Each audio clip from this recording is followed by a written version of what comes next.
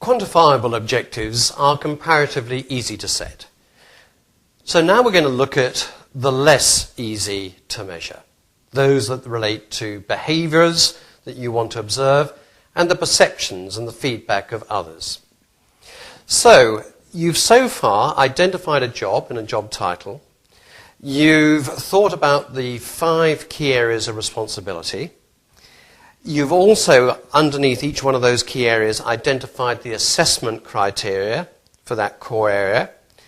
And you've gone on and labelled each one of those assessment criteria items either Q, B, or P, depending on whether you see it as being measured best by a quantifiable measure, a behavioural measure, or a perceptive measure. You've then gone on and actually ticked those where you think there's already a good measurement in place, and we've come to the conclusion that for many of you, 65 to 75% of what you are wanting to measure in a person's performance is unclear.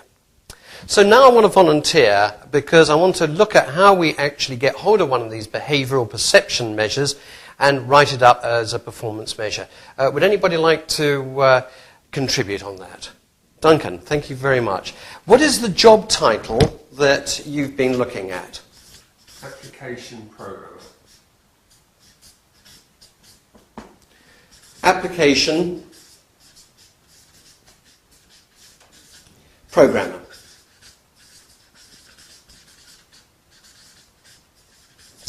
Okay, have a look at the key areas that you've identified and look for a B or a P item in one of those key areas. What would be the key area that you'd like to perhaps look at in more detail? The ability to communicate programming problems verbally. Okay, so that's what you want to assess, is that right? Yeah. The ability to communicate programming problems verbally. Verbally, okay. That's great. So the process I'm going to take you through requires you to think of someone that you know who does this really well. And then with your help, I'm going to bullet point what they do well so that we can communicate to every job holder in this job what it is they would need to do to succeed. So we're talking about the ability to communicate programming problems verbally. So, can you tell me, think of a person that does this really well. What do you see this person doing? They explain things simply first before they get into the complexity. Explain what sort of things? For example, if we're looking at how to show a particular style in a page, they would explain what the different options are and the pros and cons of each of those options. Okay. So they explain the pros and cons of programming options? Yeah, exactly. Of programming options. And you said simply. Can you tell me more about that? This word simply? They would explain it in top-level terms first before getting into the nitty-gritty of precisely how it would be implemented. In top-level terms first, yes. And then in the detail of how an option would be implemented? Exactly.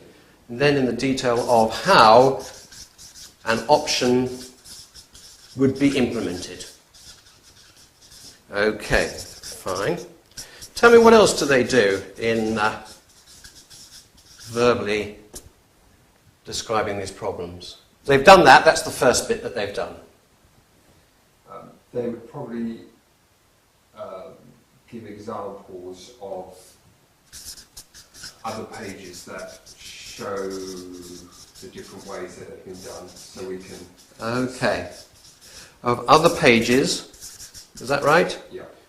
Where a similar solution has been used? Exactly.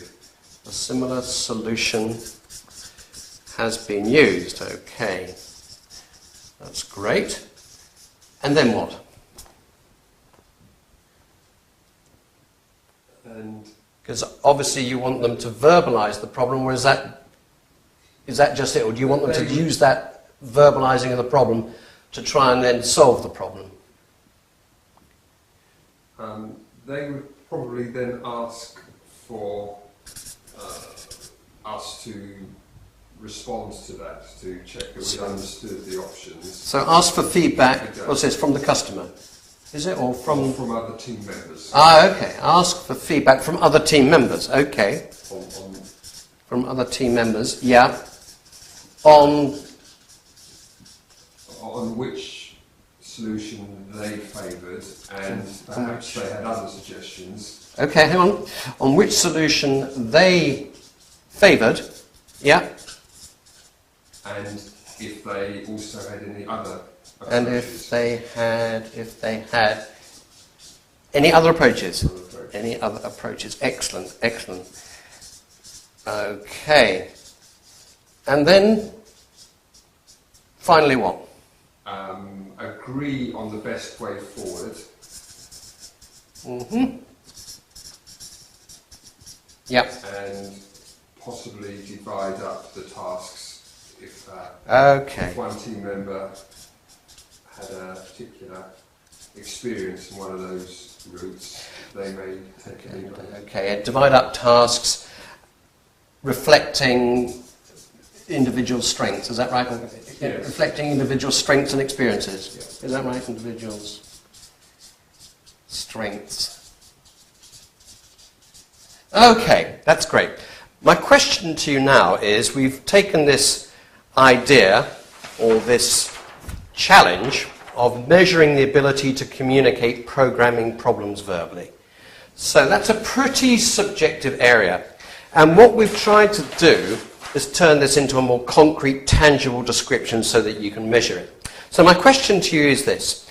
Could you now measure this person's performance? So, for example, would you see this person explaining the pros and cons of programming options in top-level terms first, and then in the detail of how an option would be implemented? Would you be able to see that and discern it? Be able to observe that, yes. Yeah. Yes. Obviously, you'd need to be present, but you could see it. Yes. Would you see this person give examples of other pages where a similar solution has been used? Yes. You would. Would you be able to see them ask for feedback from other team members on which solution they favoured and if they had any other approaches? I'm not quite understanding the question. Would you be able to see the job holder ask for feedback from other team members? Yes. Because they'd be saying, what are your thoughts? What are your views on this? Give me some feedback. And would you be able to see this person, observe them, hear them, agree on the best way forward, and divide up tasks according to the people's strengths? Yes, I think so, yes. So on each one of these descriptions, you could actually now measure the person's performance. Yeah. It may take a few more words, it needs a little bit of thinking about, but what I've got you to do is to unbundle what a successful person does and use that as a way of communicating to any job holder that has this responsibility what you would like to see them do. Could you explain it to them? Yes.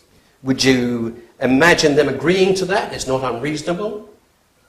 They would agree, yeah. Yeah, and it would also be clear to them so that when you come to review it, you're both looking at the same descriptions and interpreting them in the same way. Yeah, I think that would help them. So if you were able to do something similar to this for all your 75% of other items not well defined, that would in fact clarify the whole job requirement to that person and make managing them much easier for you. Okay, I think so. Would you agree with that? Yeah. Bit of work up front, but it would make a big difference to you and them. And that's what we're talking about. Great.